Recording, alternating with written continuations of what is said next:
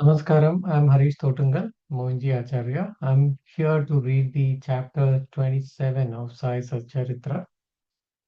This chapter describes how Sai Baba blessed his devotees by granting them religious books after he had consecrated them with a few other stories.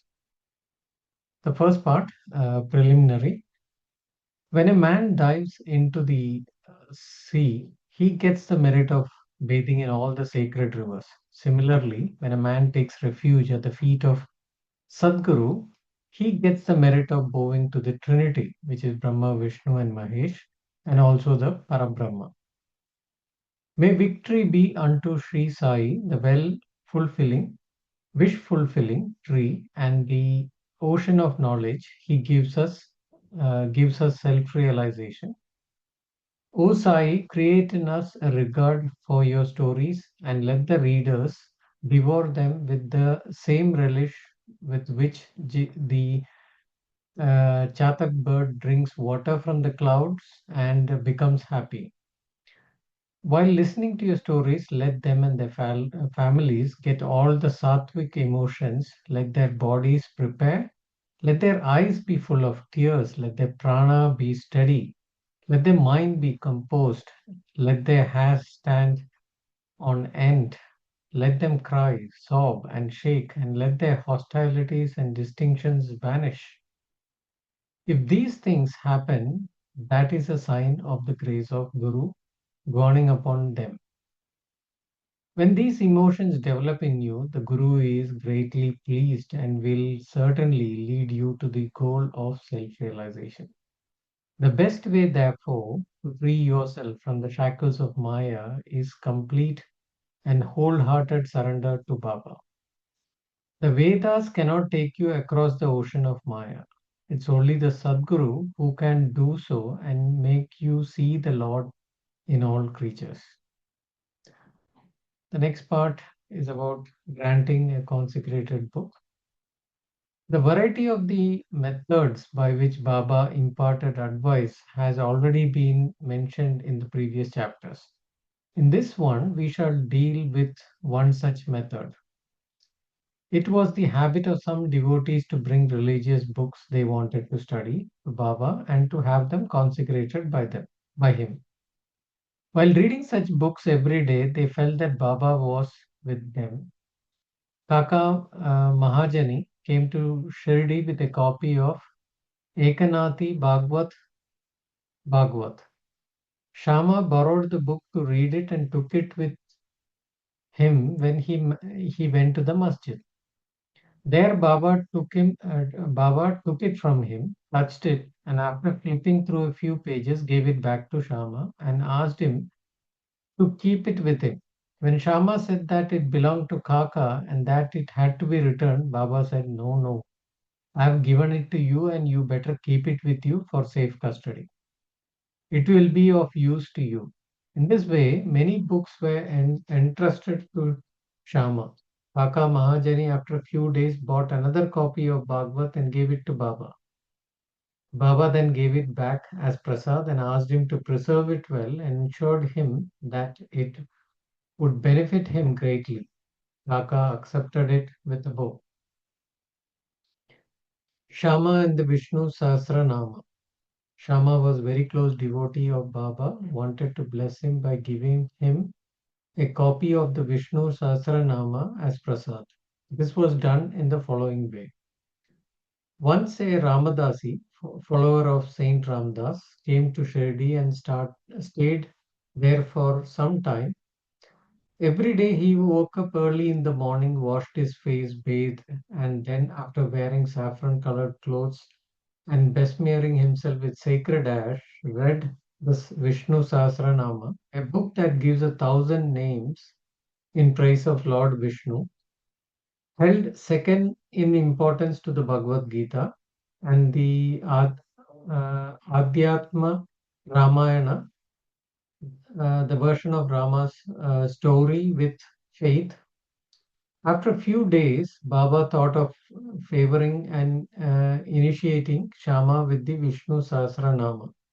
He therefore called Ramadasi and said to him that he was suffering from intense stomach pain and that unless he took Senapods, a mild purgative drug, the pain would not stop. And thus he requested the Ramadasi to go to the bazaar and bring the drug. The Ramadasi closed his book and went to the bazaar. Then Baba descended from his seat, came to where the Ramadasi has been sitting, and took the copy of Vishnu Sahasranama.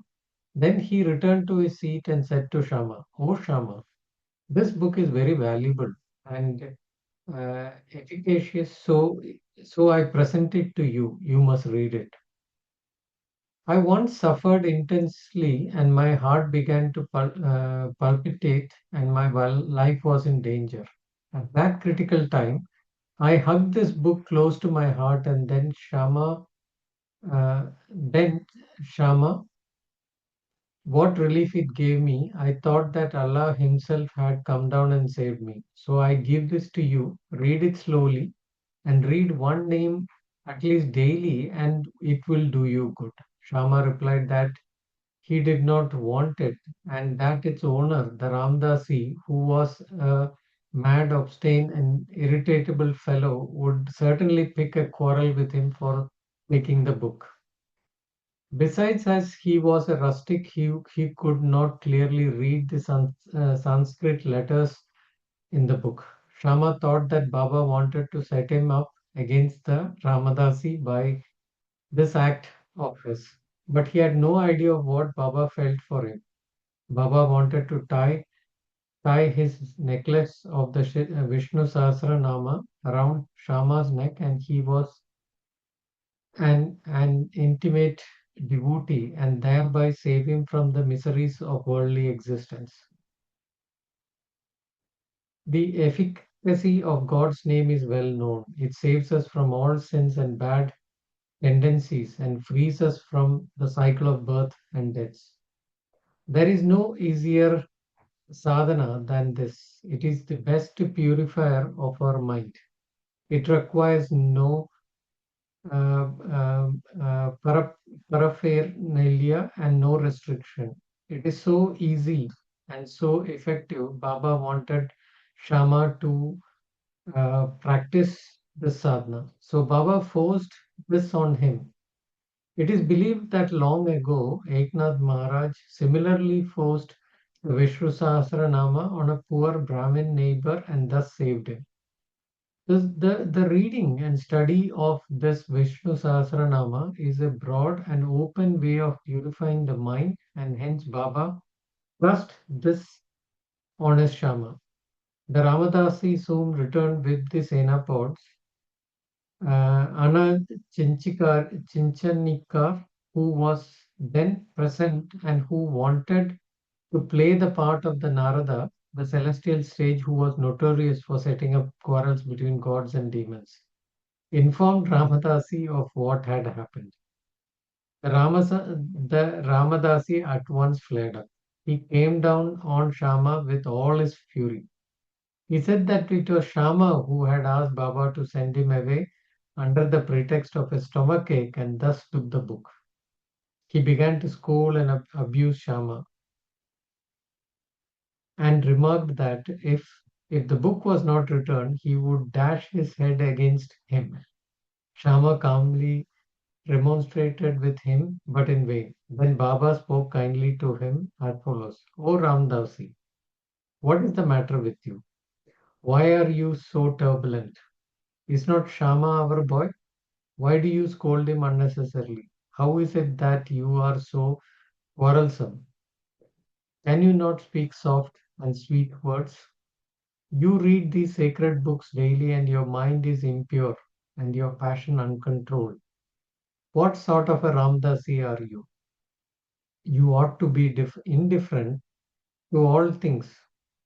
Is it not strange that you should covet this book so strongly?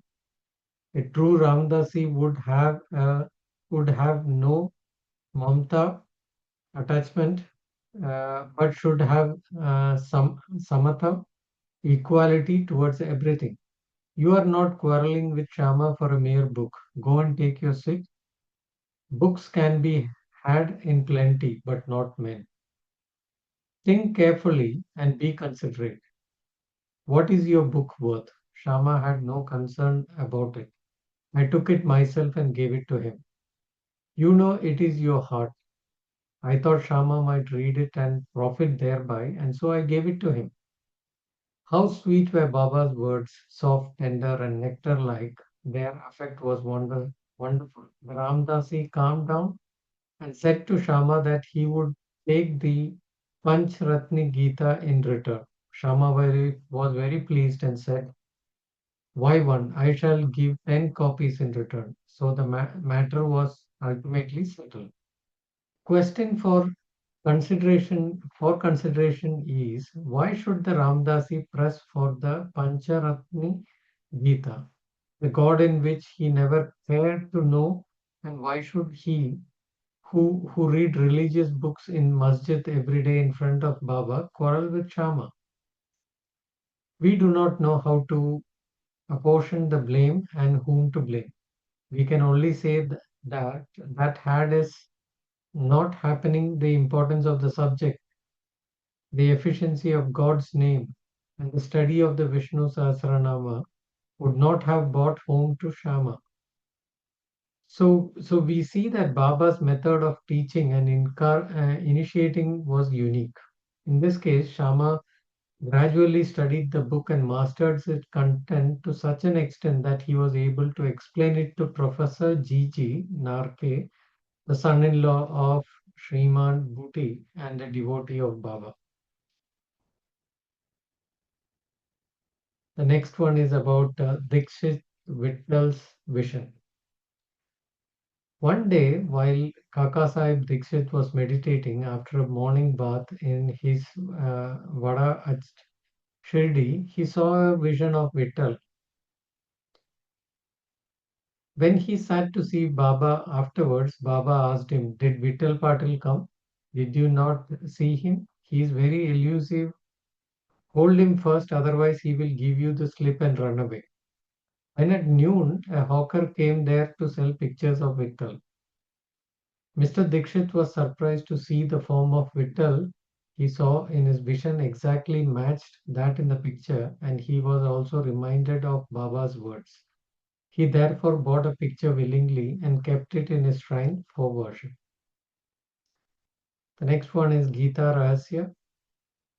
Baba always loved and encouraged those who studied Brahma Vidya, metaphysics. Bapu Sahib Jog once received a parcel via post. It contained a copy of the Gita Rahasya by Lokmanya Tilak. Carrying it under his armpit, he came to the masjid and prostrated himself before Baba. The parcel accidentally fell at Baba's feet. Baba asked him what it was. It was opened and the book was placed in Baba's hand.